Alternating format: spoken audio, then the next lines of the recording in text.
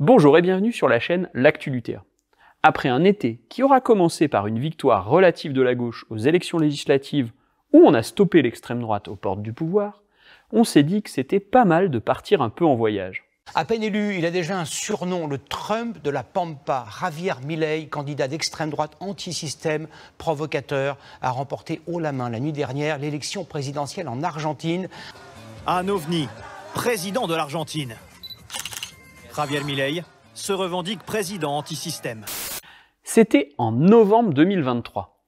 Après l'élection de Jair Bolsonaro au Brésil en 2018, battu 5 ans plus tard par la figure de gauche Lula da Silva, l'extrême droite anti-système du XXIe siècle a gagné dans un autre pays d'Amérique latine. Et pas des moindres, on va voir ça.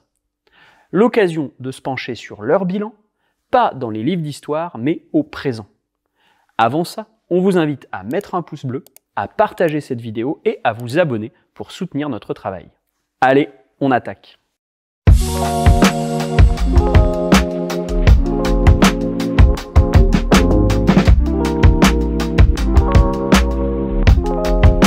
L'Argentine est le deuxième plus grand pays d'Amérique latine, le 8e au monde, plus de 4 fois la surface de la France. Avec 46 millions d'habitants et un PIB qui dépasse les 900 milliards de dollars, l'Argentine est dans le top 30 des pays les plus riches du monde. L'ancienne colonie espagnole a vu son histoire marquée par deux grandes tendances. Un courant libéral réactionnaire, tirant ses racines des grands propriétaires terriens et des classes financières, et en face, un courant alliant classe populaire et classe moyenne avec une certaine défense de la souveraineté du pays. On citera notamment Juan Perón, figure de ce populisme de gauche, le péronisme, au milieu du XXe siècle.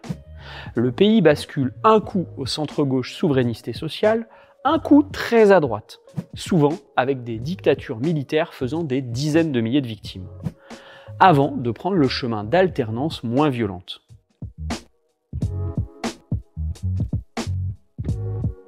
C'est ce cycle démocratique engagé dans les années 80 qu'interrompt Javier Milei en 2023.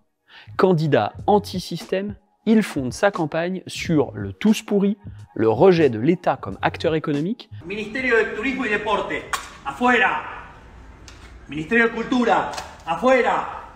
Ministerio de Ambiente y Desarrollo Sostenible, afuera. Ministerio de las Mujeres y Género y Diversidad, afuera. Ministerio de Obras Públicas, afuera, aunque te resistas. et sur les thèmes identitaires fétiches de l'extrême droite, antiféminisme, racisme décomplexé et tutti quanti. Y yo, Javier Gerardo Milei, me comprometo a que si soy presidente voy a avanzar para terminar con esa aberración del aborto. Des idées qu'il a rapidement mis en pratique.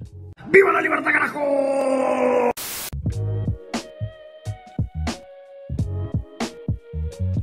Milei est clairement un président ultra-conservateur sur le plan sociétal et un ultra-libéral sur le plan économique. Sa méthode pour résoudre la crise ? Faire payer l'addition aux classes populaires et aux classes moyennes pour préserver les intérêts des investisseurs étrangers. Tout d'abord, les faits. Jamais dans l'histoire de l'Argentine, les prix n'ont été aussi élevés. Ce qu'on pouvait dépenser en une semaine auparavant, eh bien on le dépense en quelques heures maintenant. C'est vertigineux. Sauf que vous l'avez compris, ce n'est pas possible pour une grande partie des Argentins avec une classe moyenne qui ne cesse de s'appauvrir, Julien. Et ça se traduit en chiffres, Florent. Vous nous apprenez qu'aujourd'hui, environ 48% de la population argentine vit sous le seuil de Près d'un pauvreté. Argentin sur deux, tout à fait. Avec ces mesures, pourtant légèrement édulcorées par un parlement où il doit composer avec la droite traditionnelle, le président d'extrême droite a réussi à faire basculer plus de la moitié de son peuple sous le seuil de pauvreté. Démantèlement accéléré des services publics, vente à la découpe des entreprises publiques, réduction drastique des aides sociales, casse du code du travail, tout y passe. L'un de ses premiers décrets a été de permettre de payer les salariés en denrées alimentaires ou en bitcoin plutôt qu'en monnaie nationale. On comprend que ceux qui recevront des litres de lait ne seront pas vraiment les mêmes que ceux qui toucheront des cryptos.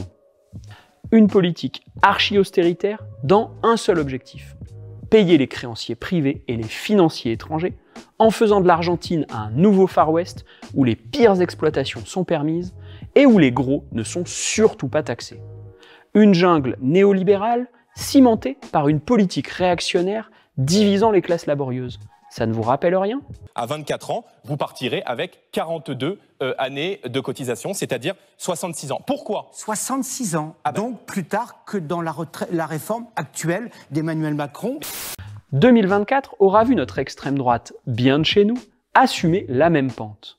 Une conversion totale au néolibéralisme au service des puissants, tenue par un projet réactionnaire qui cadenasse les classes populaires. Un compromis social porté auprès des salariés victimes du déclassement, classe moyenne, on pourrait plutôt dire ceux des classes populaires qui ont connu un temps l'ascenseur social, qui se révèle à l'épreuve des faits un authentique jeu de dupes. Au lieu de restaurer une grandeur passée de la nation, le programme économique de l'extrême droite produit partout les mêmes effets. Accélération de la tiers-mondisation et de l'appauvrissement général, perte de souveraineté économique, creusement des inégalités au profit exclusif des 1% les plus riches. L'Argentine illustre cette réalité. Au-delà de l'explosion de la pauvreté, c'est toute l'économie du pays qui plonge avec une récession, une réduction de la richesse produite, estimée par le FMI à moins 3,5% pour 2024.